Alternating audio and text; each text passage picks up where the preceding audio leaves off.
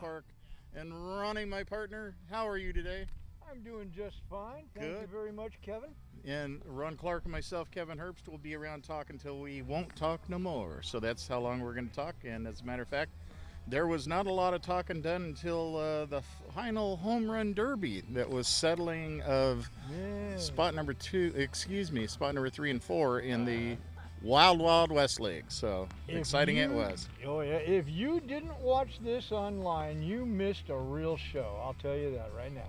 It really was a wonderful show, and the Gresham Grey Wolves not only pulled out the victory, but then tied the Portland Gherkins with the same record, and then won the right to move into the number 3 seed with a excellent power display by Baxter Halligan, who has been our pregame guest at a different pregame show. So congratulations to the Jim Hoppel-led Gresham Grey Wolves as they continue their dramatic turnaround that's happened in the Wild West League. So a good turnaround by the Grey Wolves. They've been a surprising team. They just kind of hung in there and snuck up on you and, get you a good one from behind, slap you upside the head and, yeah. They certainly did that today, slapping the ball out of the ballpark in the home run derby, but also slapped the Gherkins upside the head. They have all the momentum going into tomorrow's 7:30 game with the Portland Pickles. So hopefully the Pickles can come out a little more zing and zap with the ball, knocking it around the ballpark today. So we're hoping for that. I know yesterday was kind of a shocker for a lot of people. There was a lot of people in the ballpark that expect to see a little firepower out of the Portland Pickles, and then unfortunately I think it was all left in the jar. So the brine didn't rise to the top and the dill stayed at the bottom. So not what we had envisioned at all. Yeah, they're going to have to bring their A game tomorrow. They will definitely. You can see the trophy over there, and we'll try to get a shot on that on camera a little bit later, the championship trophy that'll be awarded on Sunday. We've also got the MVP Cup over there. And I think somewhere along the line there's also going to be the first Alan Miller Hair Award that'll be awarded. I think there's going to be a dramatic trophy that's going to be given out to the winner of the the Alan Miller All Wild West Hair League team. We've talked about it in the past. Yeah, we've kind of shared the names. I think we've whittled it down to 3 or 4 guys. And it'll all be a surprise till tomorrow when we give you who the champion is with the long locks of hair. So we're going to do that in advance of the championship trophy and the MVP trophy. I was going to say, you can't divulge, to secretly tell me our finalists can't. All I can do is give you one bit of information. Ron, would you like to hear that now? Yeah. You've been eliminated. I know. You were hoping that you would be the guy so that we could put you up in the Hall of Fame. You are already up on the Wall of Fame, but now we need to enter you into the Hall of Fame for the fandom, the excellent fandom that you bring to the Portland Pickles. So tonight's battle with the Portland Pickles and the Westland Knights is going to feature Nathaniel Bresner Mendoza for the Knights. He's a senior at the University of Portland. There we go with another University of Portland guy.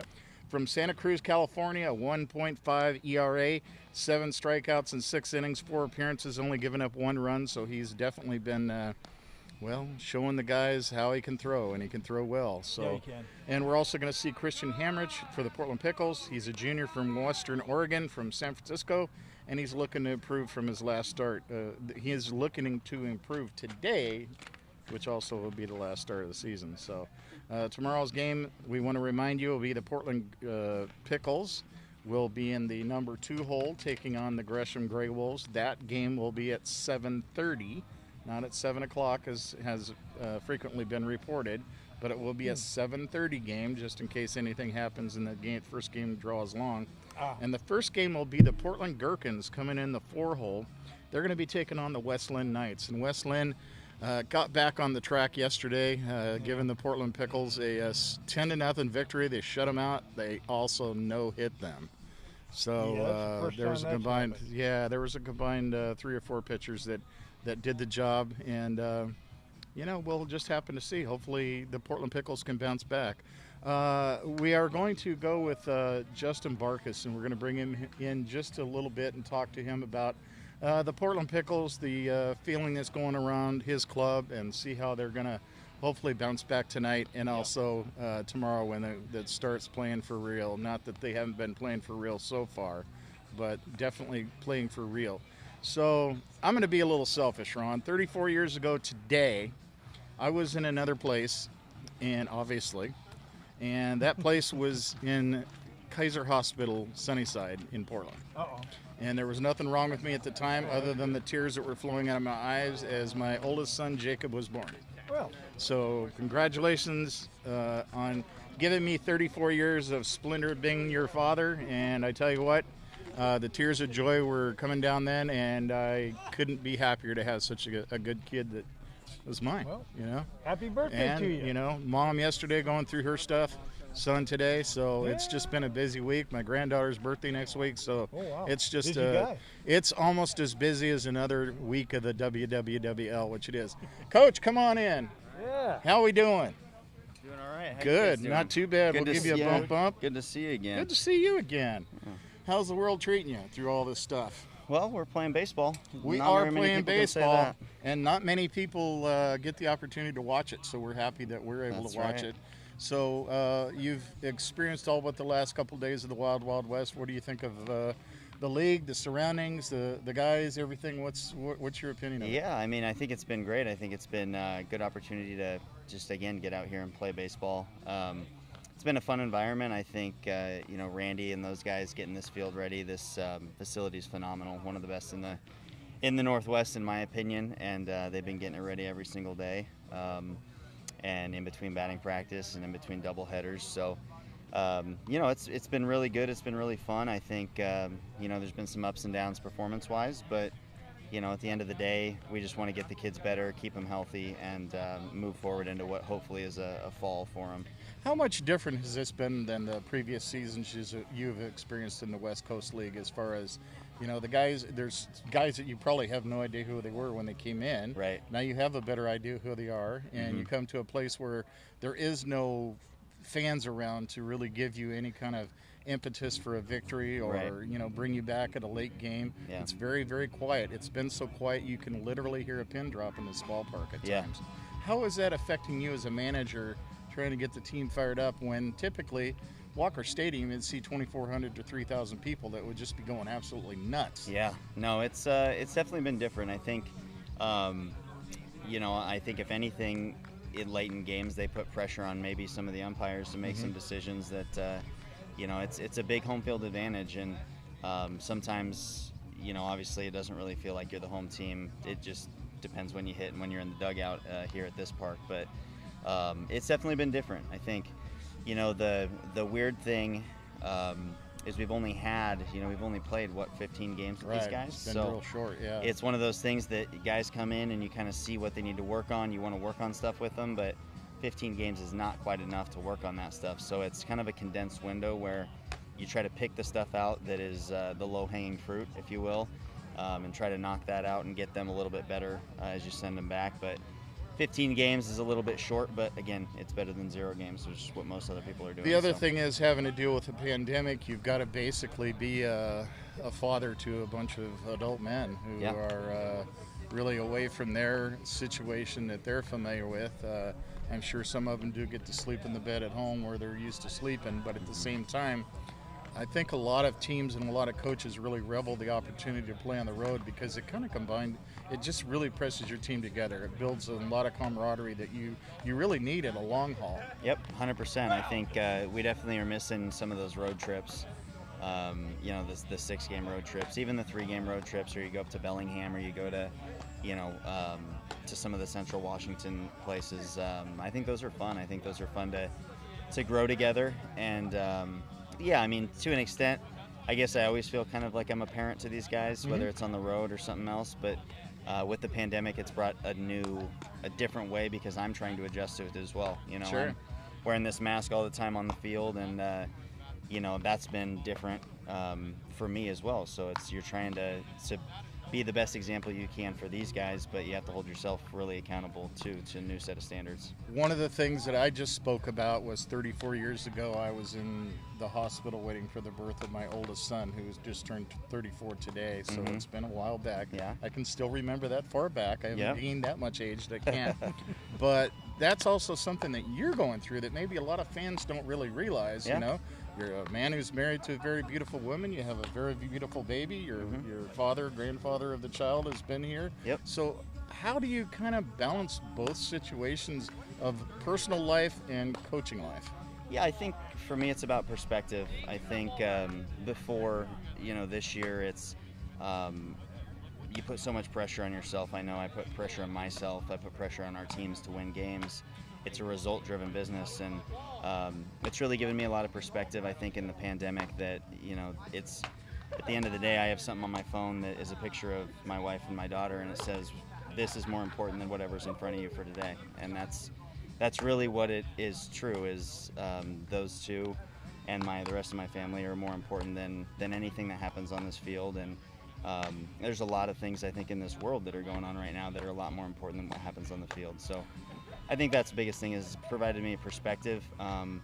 And to be honest with you, it's given me a lot of time that I would not have had this summer with my 4-month-old daughter. So it's I've been fortunate in that sense as well.